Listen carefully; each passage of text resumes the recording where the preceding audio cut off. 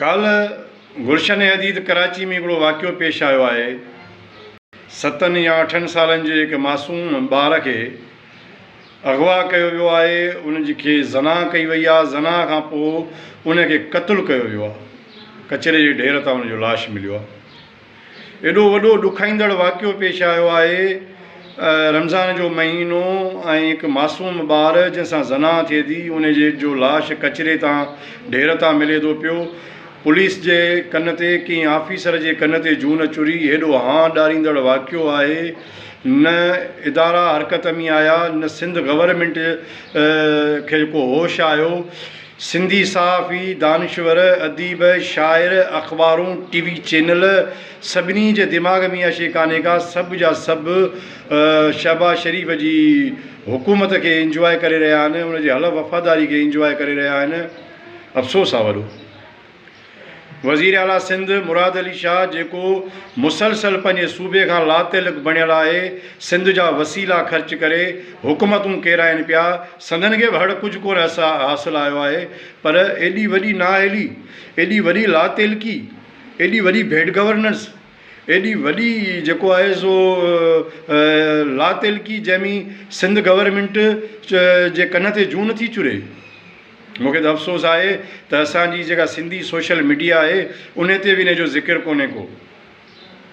सभु जा सभु सिंध हुकूमत जी नाकाम कामयाबीअ ते मुबारकूं पिया ॾियनि, जशन पिया मल्हाइनि।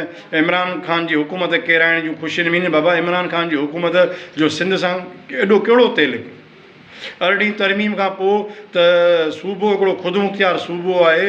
उनजी जेका बैड गवर्नेंस आहे, उनजी जेका हुक्मरानी आहे, उहा उन त इलाही बर्बादी कई आहे।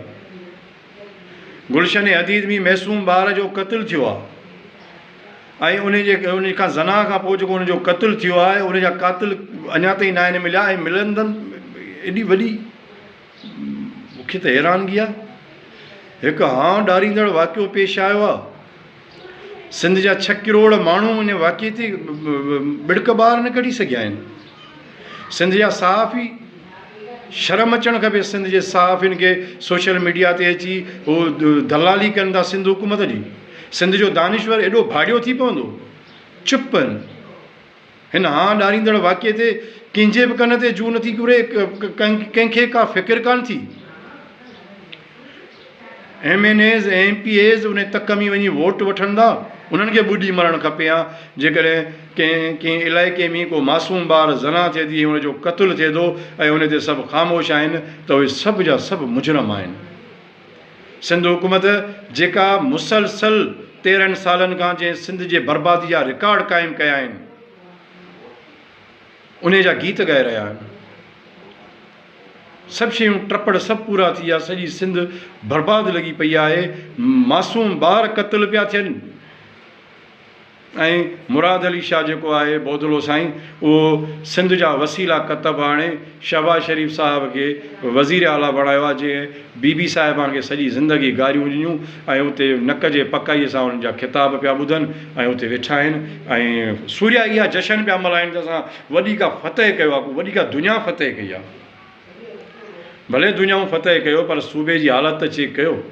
ॾिसो त सही त माण्हू खाइण पीअण खां त विया हलिया, महिरूमनि में वक़्तु गुज़ारनि था पिया, बर्बाद लॻी पिया। हाणे मासूम ॿारनि जूं जानियूं सलामत न आहिनि, न्याणियूं औरतूं सलामत न आहिनि, मासूम ॿार सलामत न आहिनि।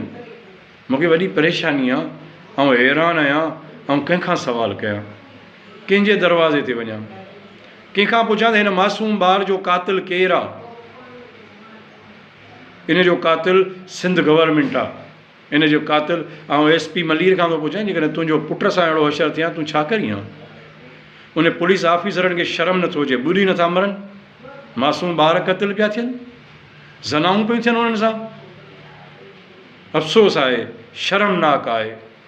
ऐं हीअ बगलियूं पिया वॼाइनि, असां फतेह कयो आहे, अलाए छा फतेह कयो अथनि। ये किसका लहू और कौन मरा, बदमाश हुकूमत बोल ज़रा। ही हुकूमत जे बेहसी जो लाश आहे।